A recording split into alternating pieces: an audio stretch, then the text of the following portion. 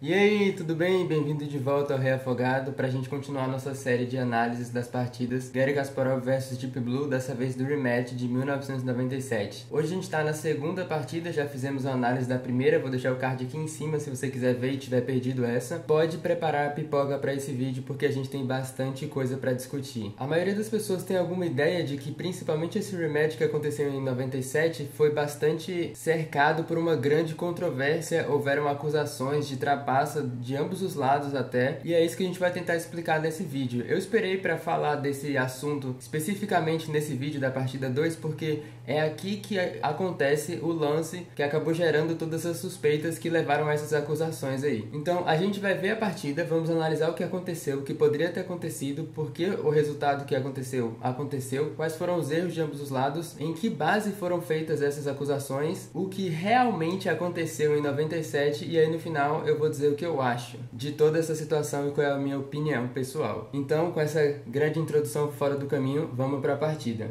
O Garry Kasparov agora está com as peças pretas e o Deep Blue com as peças brancas, ele abre com E4. O Kasparov aqui responde de forma clássica com E5. A gente vai dar uma acelerada nessa parte da abertura e até um pouquinho do meu jogo, porque eles jogaram muitos lances de teoria e não é bem isso que importa. A gente vai discutir bem fundo variações que acontecem mais pro final da partida, então eu vou reservar a maior parte do nosso tempo a isso. Vamos dar uma acelerada nessa parte. Então cavalo F3, cavalo C6 e o Deep Blue joga a Ruy Lopes com o bispo para B5. A escolha do Kasparov aqui foi a defesa de Moff com o lance A6, o bispo volta para A4, cavalo F6, tudo isso aqui é teoria. O Kasparov entra na espanhola fechada com o lance bispo para E7, torre 1, B5, o bispo volta para B3 de novo, tudo isso aqui é teoria, roque, H3 e agora vem a principal decisão. Aqui os lances mais comuns são cavalo para A5, que é a variante Tigorin da Ruy Lopes, também existe cavalo para B8, que é a Breyer, e mais alguns lances já foram jogados. A escolha do Kasparov nessa posição foi o lance H6, que é a variante Smyslov. Aqui a partida continuou com E4, torre para E8, os dois lados estão desenvolvendo. Todos esses planos que estão sendo executados aqui são comuns nesse tipo de posição. Cavalo para A5 ele joga agora, é uma ideia bem comum, para expulsar o bispo e depois poder jogar C5. Aqui o Deep Blue joga B3, o Kasparov volta o cavalo dele para C6, D5 fechando a posição e ganhando um pouquinho mais de espaço. O cavalo volta para E7, agora esse cavalo está procurando manobrar aqui para esse quadrado, que é o que vai acabar acontecendo no próximo lance. E aqui a gente chega numa posição onde o preto definitivamente tem um pouquinho menos de espaço, né? A posição dele está meio apertada. Em função desse centro aqui das brancas e dessa cadeia aqui em peões escuros das pretas, esse bispo aqui em particular está bastante apertado, até os dois cavalos também falta quadrado para eles conseguirem manobrar. Esse bispo não tem acesso a nenhum desses três quadrados aqui, nem esse nessa diagonal, e o peão em B5 aqui bloqueia o bispo de poder ocupar esse quadrado. Então o Kasparov aqui, ele tenta executar um plano que é bastante comum de se jogar quando você está numa situação onde você tem menos espaço. O lado que tem menos espaço nesse tipo de situação tenta trocar as peças para minimizar a vantagem do adversário, porque enquanto o lado adversário tem uma vantagem de espaço e tem peças para ocupar e manobrar via esse espaço que ele tem, essa vantagem vai ser sentida de modo bem considerável. Então nessa posição, depois de dama para D2 e Deep Blue, o Kasparov joga o lance cavalo para H7, que parece contraintuitivo, né, voltando o cavalo, mas a ideia desse lance é abrir a visão da dama ao quadrado de H4 para que ele possa jogar cavalo H4 e oferecer uma troca por esse cavalo aqui. Então depois de A4 pelo lado do Deep Blue, o Kasparov joga cavalo para H4. Enquanto o Kasparov está tentando desembolar essa posição e sair desse aperto no qual ele se meteu, o Deep Blue está fazendo lances bons que pouco a pouco melhoram a posição dele. Então essa é a ideia do Deep Blue de colocar a dama em D2 aqui, melhora um pouco a posição da dama. Esses lances A4, B3 ganham um pouco mais de espaço na ala da dama para ele também. Esses cavalos estão bem posicionados, os bispos têm bastante potencial, então é muito claro que já nessa posição são as peças brancas que têm uma vantagem. Aqui o Deep Blue tomou em H4, o Kasparov tomou de volta e ele jogou o lance dama para E2. Como eu falei, o Deep Blue está sem pressa aqui, ele está jogando de modo muito preciso. Aos poucos ele está melhorando a qualidade da posição dele e fazendo lances que dão prospectos para as peças em algumas variantes futuras. Então essa dama aqui posicionada nesse quadrado é melhor do que a dama nesse quadrado,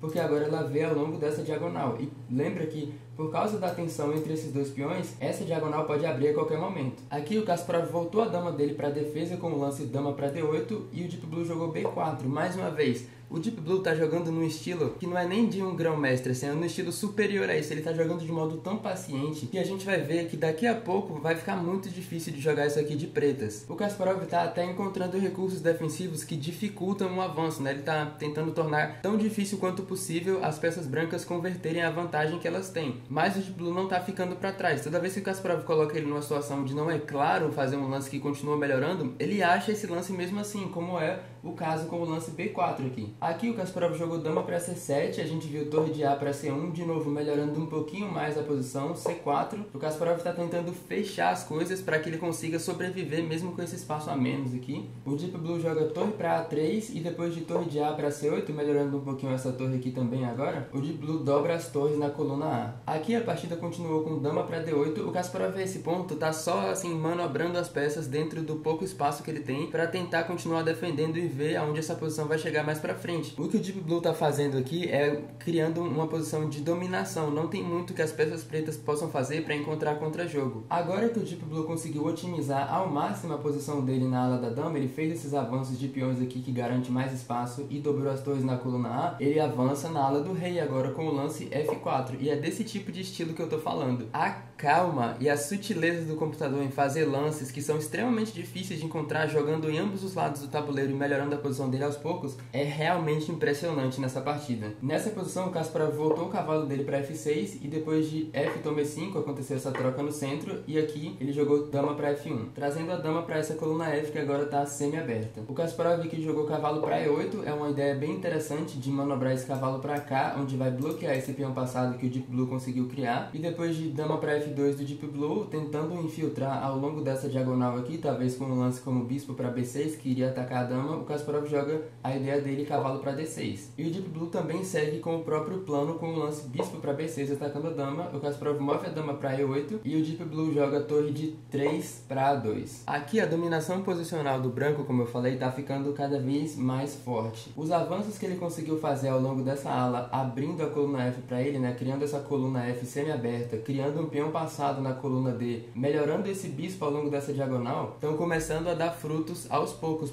para a posição do Deep Blue. Aqui o Kasparov jogou bispo para E7 e depois de bispo C5 ele voltou o bispo para F8. Então, quando o próprio Garry Kasparov está fazendo lances que vão de trás para frente, você sabe que a posição não tem esperanças. Aqui a partida viu o cavalo para F5, oferecendo nessa uma troca por esse cavalo aqui. O Kasparov aceita tomando de bispo e depois de ele tomar F5, ele já tem um problema sério para lidar nessa posição aqui, que é a ameaça de Deep Blue jogar F6 e abrir a posição na ala do rei. A maneira que o Kasparov encontrou de tentar resolver esse problema foi com o lance F6 ele mesmo, né? Para impedir o Deep Blue de jogar F6, ele mesmo joga o lance. Só que esse lance que ele fez vem com concessões posicionais muito grandes, né? Principalmente enfraquece consideravelmente esses quadrados escuros aqui em volta da posição das pretas. E é usando esse fator que o Deep Blue vai jogar mais pra frente, como a gente vai ver. A esse ponto na partida, o Kasparov já estava assim, segurando a cabeça com as mãos e movendo de um lado pro outro, em sinal de que as coisas não estão dando certo pra ele, não estão indo do jeito que ele gostaria. Aqui o Deep Blue tomou uma decisão bem grande na posição, que é de trocar o bispo dele pelo cavalo do Kasparov e chegar nesse final que é de bispos de cores opostas, né?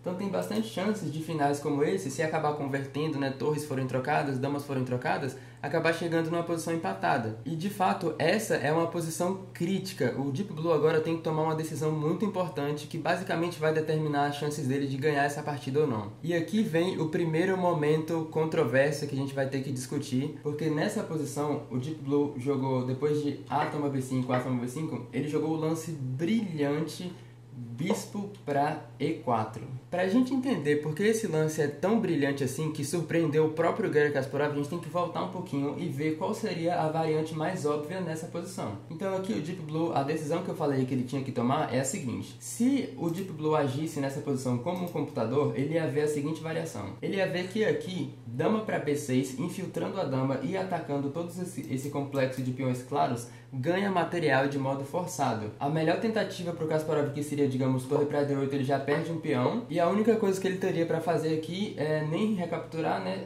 atacar a dama e sacrificar mais um peão. Então ele teria que fazer um sacrifício duplo de peão para poder jogar E4 aqui e tentar encontrar contra-jogo com a ideia de dama para E5. Queria atacar esse peão, atacar aqui também, talvez entrar ao longo dessa diagonal, ameaçar o rei branco que está um pouquinho fraco também. Esse é o lance que provavelmente o Garry Kasparov estava esperando. Depois de bispo toma D6 aqui, ele estava esperando de jogar isso e jogar como qualquer computador, ele jogar por material, porque como a gente sabe, o ganho de material numa posição é um fator muito grande para o computador. Se ele calcula uma variante onde ele consegue ganhar material, em geral ele vai avaliar essa variante como muito boa. Esse é o estilo de um computador de se jogar, eles são bem materialistas. E é por isso que o lance que o Deep Blue fez aqui surpreendeu tanto o Kasparov. Ele tomou a decisão certa, o computador não foi por uma linha que ganha 2 peões para jogar um lance posicional brilhante. A decisão do Deep Blue aqui de tomar e depois jogar bispo para E4 é a de um grão-mestre que tem um entendimento posicional nível assim top 100 jogadores no mundo. Porque o que esse lance faz é matar completamente todas as ideias de contra-jogo que o preto tem. Como a gente viu, nesse tipo de variante com o lance dama para B6 aqui, o preto encontra contra-jogo mesmo que ele sacrifique 2 peões com o lance E4. E se o bispo ocupar esse quadrado e bloquear esse avanço, não tem nenhum contra-jogo para as peças pretas. Então, para um computador daquela época, principalmente o Deep Blue, que já tinha caído nesse tipo de armadilhas no match 1 e até na primeira partida desse match 2 em 97 também, jogar um lance posicional que nega o ganho de material como esse já é uma coisa muito estranha, muito suspeita. Começaram a haver argumentos na época de que o computador não estava jogando como um computador, ele estava jogando como um ser humano. E isso acabou criando muitas suspeitas de que havia algum jogador humano dando assistência ao computador nas salas secretas lá onde o Deep Blue operava durante as partidas. Porque o que você tem que entender é que o contexto é o seguinte, a partida acontece numa sala, tem um tabuleiro de verdade, estão os dois jogando lá, vou até colocar uma foto aqui agora para você ver como é. E o Deep Blue, o próprio mega computador, né, que é gigante, ocupa uma sala toda, processando, calculando as posições e gerando os lances, não está nesse mesmo lugar, ele está numa sala bem separada em outro lugar, no hotel. E essa sala é totalmente guardada, só empregados da IBM tinham acesso a ela. Então você consegue ver como seria bem fácil criar um argumento na época de que você lança algum bom jogador nessa situação aí, um bom jogador que está avaliando os lances que o computador está gerando, e se ele vê uma linha materialista e que deixa o rei fraco, que é o caso com o lance dama para B6, ele fala, não, a gente não vai jogar isso, o computador me dá o próximo lance, porque é isso aí que a gente vai jogar, e assim ajuda o computador a encontrar um lance brilhante como o bispo para E4. E foi essa a acusação que o Garry Kasparov fez no final da partida. Ele fez de modo bastante indireto até, ele não falou assim na cara, vocês estão trapaceando. Mas foi o bastante para a mídia da época perceber, e aí começou a criar bastante tensão. Depois dessa partida, o Garry Kasparov começou a pedir para a equipe da IBM que eles dessem os logs, né, os arquivos impressos que mostravam quais lances o computador estava calculando em cada momento da partida, para que ele visse que o computador calculou o lance bispo para E4, por exemplo. Só que a IBM negou dar esses logs, né? Talvez eles estivessem apreensivos em fazer isso no sentido de ajudar o oponente, né? Porque numa situação humana, você não pergunta para o seu oponente o que ele estava pensando, o que ele calculou durante um match. Seria bem invasivo, né? Então eles tinham esse mesmo argumento de que o Kasparov não devia saber como o computador pensa, isso seria uma vantagem para ele. Só que também tem o seguinte, o que é uma coisa bem estranha nesse match. O time da IBM era permitido fazer atualizações, melhorar o código do computador durante o match. O que quer dizer o seguinte, se na partida 1 eles viram uma coisa que o computador fez errado, eles podiam, entre a partida 1 e 2, ir lá e modificar o código para que na partida 2 o computador jogasse melhor, o que para mim não faz o menor sentido. Não é assim que acontece um match entre duas pessoas. Um jogador que está fazendo um match de 6 partidas durante uma semana, 15 dias, ele não melhora entre a partida 1 e 2. Ele ainda é a mesma pessoa, então se a ideia é simular um match aqui, o que eles deviam ter feito é falar, ó, a gente melhorou o computador desde o nosso match em 96, trabalhamos nisso aqui por um ano, essa é a versão finalizada que a gente tem do Deep Blue para você jogar contra, então aqui toma ela. Então existem bastante decisões estranhas que foram feitas aí na organização desse match. Tem esse aspecto que eu acabei de citar, tem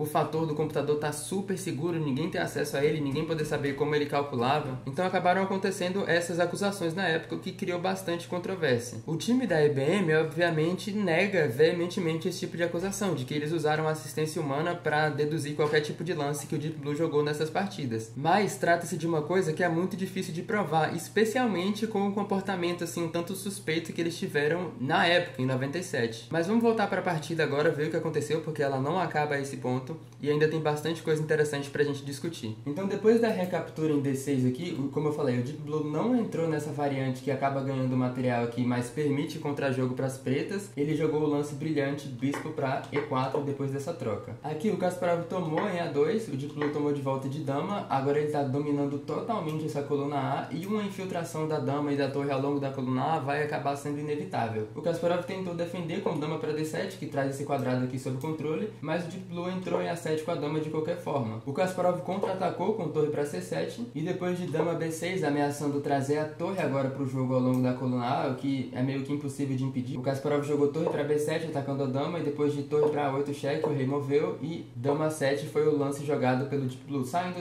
do ataque aqui com a dama e mantendo o controle total da coluna A. Nessa posição aqui a coisa já está ficando muito feia. A gente já pode dizer basicamente que o branco está ganhando, porque ele conseguiu com sucesso infiltrar com as peças dele, ele tem esse peão passado extremamente forte na coluna D, o preto não tem espaço nenhum e as peças dele estão totalmente defensivas. Nessa posição o Kasparov jogou dama para C7 e depois de dama para C6, oferecendo a troca das damas aqui e ao mesmo tempo ameaçando dama E8 checkmate, o Kasparov tentou o recurso dama para B6, porque aqui é cheque, não dá tempo para o branco dar checkmate em você, e tenta trocar as damas de outra forma, né? Porque se o Deep Blue tomasse aqui, dava para recapturar de torre. O caso ruim aqui nessa situação de tomar com a dama é que esse final, onde você permite outro peão passado e a invasão do bispo ainda ao longo desse quadrado aqui, que vai desocupar, né, o quadrado de D5, é totalmente perdido para as pretas, nem tem esperança de segurar isso aqui. Então o Kasparov nem pode considerar um lance como dama toma C6 aqui. Como eu falei, ele tentou dama B6 e aqui o Deep Blue tem uma decisão a tomar. Ele tem que mover o rei, né? Ele vai mover para cá ou para algum quadrado na coluna H que não, de fato não faz diferença. Então a decisão é, ou ele vai para a coluna F com o lance rei para F1, ou ele vai para a coluna H com rei para H2 ou para H1, tanto faz. A situação aqui é a seguinte, se o branco joga rei para H2, ele está totalmente ganho, não tem nada que você possa fazer.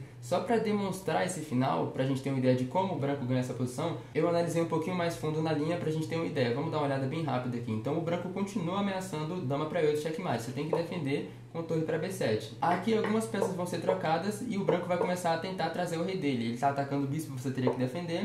Enquanto você não está fazendo nada, o branco está trazendo o rei. Você tem muito menos espaço nessa posição. Então esse avanço aqui de peão que acabou acontecendo agora vai ser muito difícil de impedir. Aqui vem com o tempo no bispo ainda, né? Então nem dá pra tomar esse peão. A gente teria que salvar a torre e depois de um lance como esse, como eu falei, ele desocupa o quadrado e agora vem com o bispo pra ele, tá melhorando ainda mais a peça. E nesse caso o branco pode fazer qualquer coisa aqui, ele pode melhorar a posição dele tão devagar quanto ele quiser, porque não tem nada para as peças pretas fazerem. Aqui você entra com o seu rei em C5, toma esse peão, ataca a torre, esse bispo tá atacado, tem ameaça de promoção, essa posição tá completamente perdida. Só que o que acabou acontecendo na partida foi que depois de dama para B6 cheque do Kasparov, o Deep Blue não jogou rei para H2, que é um lance que ganha direto. O Deep Blue jogou rei para F1. Esse lance aqui, na época do comentário, estava sendo discutido de que foi o erro que permitiu uma continuação que sobrevive para as pretas. Na verdade, assim, se a gente for ver em termos de avaliação, essa posição aqui é totalmente ganha. Essa posição aqui, depois de rei para F1, é menos ganha. Então, rei F1 é um erro mesmo. Ter movido o rei para a coluna H teria sido bem melhor naquela posição. Mas continua muito melhor para as peças brancas se o branco continua corretamente. Então, rei para F1 não é de fato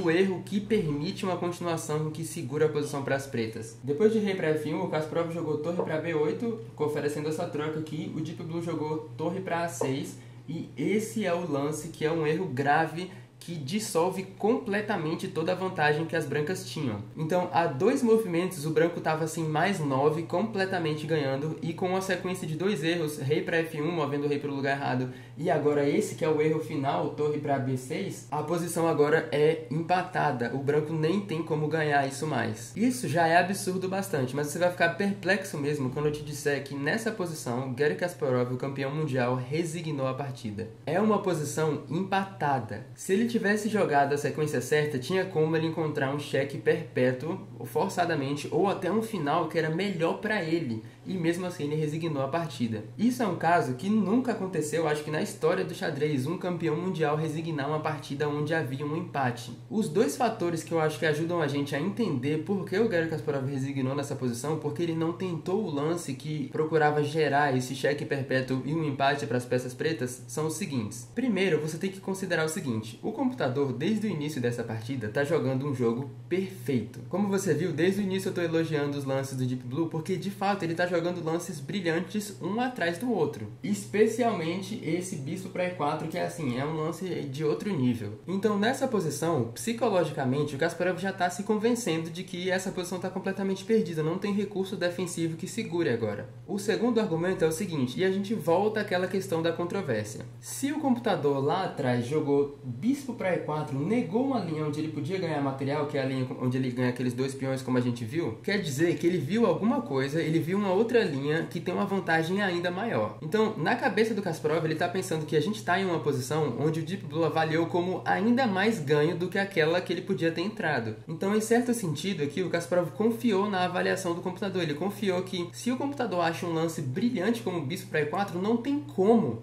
ele perder a possibilidade de um cheque perpétuo. Não faz o menor sentido que um computador seja inteligente o bastante para encontrar um lance brilhante como o bispo E4 e chegar num final totalmente ganho, para que em 2 movimentos ele permita uma variante que dá um cheque perpétuo para as peças pretas. Isso na cabeça dele e na cabeça de qualquer pessoa não faz o menor sentido, né? Não tem como a mesma máquina ser tão inteligente para achar um lance como aquele e depois ser tão burra para permitir um cheque perpétuo. Então nessa posição ele falou, não tem como o Deep Blue ter permitido um cheque perpétuo, não, eu posso até tentar, mas não vou encontrar nada, então é melhor só resignar a esse ponto mesmo. E foi isso que ele fez. Só que aqui, por incrível que pareça, as pretas têm um recurso defensivo que empata a posição. E agora que a gente vai fundo na análise. O recurso que o Garry Kasparov podia ter jogado aqui, e como eu falei, nesse ponto ele resignou, mas o lance que ele podia ter jogado é dama para E3, sacrificando esse bispo para tentar encontrar um cheque perpétuo no rei branco e aí talvez tomar esse bispo de volta ou encontrar um cheque perpétuo ao longo desses quadrados. Mesmo que o Deep Blue ganhe o bispo aqui, se ele permite o cheque perpétuo, a posição é empatada porque o Kasparov vai conseguir forçar uma repetição tripla. Então vamos ver o que acontece se o branco toma o bispo. Nesse caso não dá para tomar esse bispo aqui de volta imediatamente, não é como se fosse só uma troca, porque a nossa torre aqui em B8 também está no ar.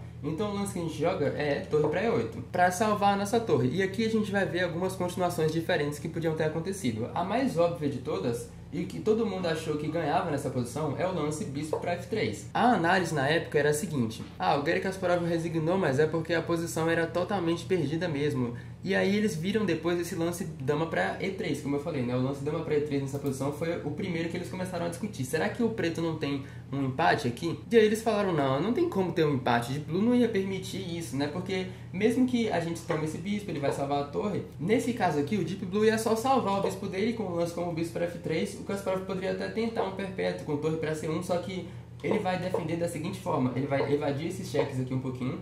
Aliás, vamos até virar o tabuleiro aqui para ver isso da perspectiva das brancas, porque o que a gente vai tentar fazer é usar de qualquer recurso possível para tentar ganhar essa posição de brancas, e a gente vai ver que não é possível, que sempre o preto tem uma maneira de empatar. Então depois de dama para F4 aqui, o preto está tentando argumentar que ele tem um cheque perpétuo. O rei vai mover, ele vai dar outro cheque, o bispo bloqueia, ele dá outro cheque, o rei move, outro cheque. E essa era a análise da época, né? Que depois dessa posição aqui, eventualmente o preto ia acabar os cheques. Nessa posição, o branco já está ameaçando um raio-x aqui, que ia atacar o rei e a torre atrás. Então, para impedir, você teria que dar esse ataque duplo, tomar o bispo. Só que depois daqui, o preto vai criar essa configuração onde ele está ameaçando o checkmate em G7. Não dá para defender porque a dama não tem acesso a esse quadrado. Então eles viram essa linha e falaram, foi isso aqui que o Deep Blue viu, essa posição aqui tá ganha. O Kasparov podia tentar um empate, mas não ia dar certo por causa dessa linha. Só que eles começaram a ver mais fundo na linha e perceberam o seguinte: depois de rei para F1, o lance dama F4 só tentando continuar a dar cheques não é a continuação certa. Aqui as pretas têm a possibilidade de jogar dama para C1 e não é um cheque, mas se você tentar setar o mesmo checkmate dessa forma, agora ameaçando checkmate em G7, as pretas tomam o bispo e agora sim eles vão ter um cheque perpétuo. Não tem para onde você ir, não tem para onde fugir nessa posição aqui. Eventualmente as coisas iam repetir 3 vezes, como é o caso, né? Porque aqui, se você avançar o peão, aí entra nessa configuração onde o branco pode só ficar te dando cheques e vai repetir 3 vezes e acabou. E aí eles falaram de novo, não tem como o computador ter permitido isso, deve ser que tem outra coisa, deve ser que depois de torre para E8 aqui tentando salvar a peça, a gente não volta ao nosso bispo, a gente entrega o bispo de outra forma, né? Digamos que o branco joga H4 aqui, tentando criar uma rota de fuga para o rei com o quadrado de H3. Aqui, se as pretas tentassem tomar, disseram eles, né? Agora a gente tem esse mesmo recurso, a gente seta esse mesmo checkmate em G7, o preto vai tentar encontrar um cheque perpétuo aqui, te dando cheque várias vezes, só que você cria uma defesa com, depois de dama para E3, o lance aqui G3. E agora não tem mais cheques e essa ameaça de checkmate é impossível de impedir. E aí, de novo, eles falaram, realmente, esse final não é empatado, o branco ganha, ele tem o recurso H4 lá atrás, é só ele não mover o bispo, devolve o bispo e ganha de qualquer forma. E aí, nessa posição aqui, 2 lances atrás, eles falaram o seguinte, espera um pouquinho aí, e se as pretas, em vez de darem esse cheque óbvio aqui, elas fazem um lance bem mais criativo, o lance torre para E7. Olha o nível da dificuldade que seria encontrar esses lances. Até a análise sendo feita por múltiplas pessoas assim ao redor do mundo estava tendo dificuldade de provar que essa posição era um empate para as pretas, porque o recurso que as pretas têm que achar para provar um empate é desse nível de difícil, de nessa posição perceber que torre para E7 é o lance que empata sacrificando a torre. Então aqui, esse lance empata por causa do seguinte, né? O problema com a continuação óbvia de dama para E3 é que o preto bloqueia e você não tem mais cheques aqui. Então o que você tem que fazer é sacrificar a sua torre para que, se o branco tomar a sua torre aqui, ele abandone a defesa do peão F5. E agora você tem como setar outra repetição tripla, porque você toma F5 e agora assim não tem para onde fugir. Se o rei branco tentar fugir para cima do tabuleiro, agora, acredite ou não, é o preto quem tem um checkmate. Com o lance H5, você tem que tomar e dama F5 é checkmate agora. Então, depois de torre para E7, eles perceberam logo que tomar a torre e abandonar a defesa do peão F5 não funciona. Aí eles falaram, mas isso aqui continua ganho para o branco, é só a gente não tomar com a dama. A gente joga dama para C8 aqui, e aí toma com a torre e mantém a nossa dama na defesa do quadrado de F5. E agora sim o branco está ganhando. O preto tentou de tudo, mas nada vai funcionar. Exceto que nessa posição o preto tem um único lance que empata, que é o lance H5. Trazendo sob o controle o quadrado de G4 para dar um cheque aqui de dama e aí setar uma repetição ao longo dos quadrados escuros aqui. Nessa posição, se você não fizer nada, de novo, não tem nada para você fazer. Se você joga D6, por exemplo, aí o preto dá esse cheque e ele seta essa repetição ao longo dos quadrados escuros aqui. Não tem para onde ir com o rei, vai repetir 3 vezes. E de fato, depois de H5 não tem nada para você fazer. Você pode até sacrificar a sua torre em G7 se você quiser, não faz diferença. As pretas vão tomar de rei e depois desse cheque jogar rei H6, você não tem mais cheque de dama. E a linha continua da mesma forma. Você move a dama e agora o mesmo perpétuo acaba acontecendo. E aí, a esse ponto, todo mundo começou a ficar perplexo e falar, nossa, o Garry Kasparov resignou uma posição que era empatada. E de fato foi isso que aconteceu. A avaliação dessa posição aqui, depois do lance torre para E6, que foi o erro grave do Deep Blue, é que a posição é empatada por causa desse cheque perpétuo. A linha ótima, a melhor continuação para as brancas aqui seria a que a gente vai ver agora com o lance dama pra cá, a gente ameaça esse cheque perpétuo, né? O branco pode tomar em D6 aqui, atacando a torre, a gente joga torre 8, depois de dama C7 a gente bloqueia com a nossa torre. Agora, o que a gente tá vendo, né, é a análise da época, tá? O que a gente viu aqui, que eu acabei de mostrar, é a análise que eles fizeram na época da partida pra chegar à conclusão de que esse final era empatado. O que eu vou mostrar aqui é a continuação perfeita para as brancas, é o que acontece se as brancas jogarem os melhores lances. Então, essa continuação perfeita consiste de você sacrificar o bispo de volta e aí tentar avançar o seu peão, só que o preto vai tentar esse cheque perpétuo. Então, nessa posição aqui, você teria que jogar a torre para A1 para defender a primeira linha e impedir as pretas de terem ideia de te dar cheques ao longo da primeira e ao longo principalmente desses quadrados aqui. Nessa posição, por exemplo, se você joga D7, só tentando avançar seu próprio peão, agora as pretas têm uma repetição tripla, não tem para onde ir com o rei. Então, torre para A1 é necessário aqui para defender a primeira linha e agora as pretas continuam com H5. A melhor continuação de novo seria essa, as brancas até conseguem ganhar alguns peões, você ganha os peões de volta e converte para um final de torres, onde as brancas têm, nesse caso, 2 peões a mais, só que não vai dar para converter isso aqui para uma vitória, porque as pretas vão recuperar um peão e elas têm esse peão passado aqui na coluna que vai ser bem forte. Nesse caso, se ambos os lados jogam perfeitamente, as pretas conseguem controlar o avanço desse peão aqui, colocando uma torre atrás, e aí depois você pode até colocar o peão em B7, só que se você quiser promover, aí você vai ter que tirar a torre do caminho. E se você tirar a torre do caminho, aí ele pendura o peão. Nesse caso, você teria que tirar a torre do caminho do peão com cheque, só que, óbvio, o preto não vai permitir isso, ele vai esconder o rei de modo que essa torre não tenha cheques. E agora ele vai começar ele mesmo a ameaçar a promoção. Agora você tem que sair do caminho e tentar impedir o preto de promover, só que no processo abandona o seu peão. E aí converte para esse final, onde o branco tem só um peão a mais e aqui é um empate. E como eu falei, esses foram os melhores lances para as peças brancas. Então, de fato, o que acabou acontecendo é que a posição é empatada, e isso foi o que gerou ainda mais controvérsia depois que a análise chegou a essa conclusão. Porque, de novo, como é possível que o computador jogue bispo para E4, um lance brilhante como esse aqui nessa posição, e depois entre numa variante que permite um cheque perpétuo e um empate para as peças pretas? Isso, assim, não fazia muito sentido. A conclusão que eles chegaram, assim, a justificativa, né, do time da Deep Blue na época era o seguinte: eles disseram que o motivo pelo qual o computador cometeu aquele erro e permitiu essa variante na qual as pretas empatam foi que tinha um bug na programação do computador na qual ele não processava bem continuações que envolviam repetições. Então, na programação de um computador enxadrista, você tem que tomar bastante cuidado em setar o que o computador faz em caso de repetição, porque é bem comum que se você só programa uma sequência que avalia lances, o computador fique indo de trás para frente, né, fazendo as mesmas coisas, repetindo a mesma posição 200 vezes, e ele não perceba que pelas regras humanas isso seria impossível de acontecer, porque se a posição repete 3 vezes já vai ser um empate e acaba ali. Então o que eles disseram foi que o Deep Blue viu essa linha onde acontecia essa repetição, ele só, por causa desse bug, não foi capaz de entender que a posição ia repetir e o Kasparov podia clamar uma repetição tripla e um empate. E aí esse bug que tinha na programação impediu o computador de fazer a avaliação certa, e aí por isso essa incoerência, né? Por isso ele jogou tão bem e depois, logo depois permitiu uma repetição tripla. Só que mesmo isso é difícil de justificar e comprovar. E aí a mente da galera que já estava suspeitando da ética da IBM nesse match foi a loucura. Então essa é uma controvérsia mesmo porque, de fato, não tem como a gente saber a verdade absoluta. Principalmente considerando que faz tanto tempo assim desde que todos esses eventos aconteceram. O que eu acho particularmente, e agora vem a parte da minha opinião que eu falei que ia ter no final, é que eles não usaram assistência. Eu não acho que o time da Deep Blue tenha usado a assistência de um jogador humano para fazer o computador encontrar lances melhores. Eu acho que, de fato, o computador encontrou esse lance bispo para E4 por causa do próprio cálculo dele. Só que nem por isso eu acho que a IBM foi totalmente inocente de certas acusações que foram feitas na época, principalmente das acusações da falta de clareza que eles tinham. Então não tinha motivo nenhum para permitir toda essa controvérsia nascer e tantas acusações começarem a ser lançadas de um lado para o outro,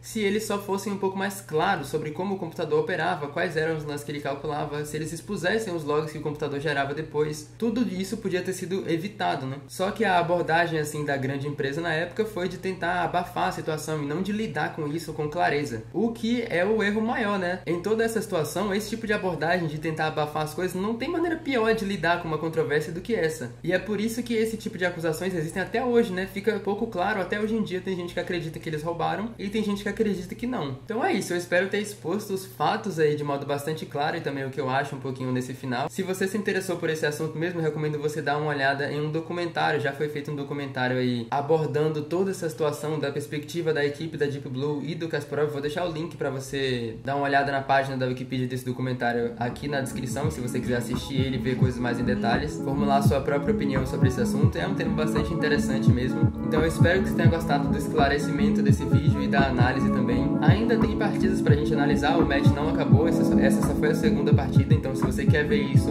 se inscreve aí no canal. É isso que eu tinha pra hoje e até o próximo vídeo.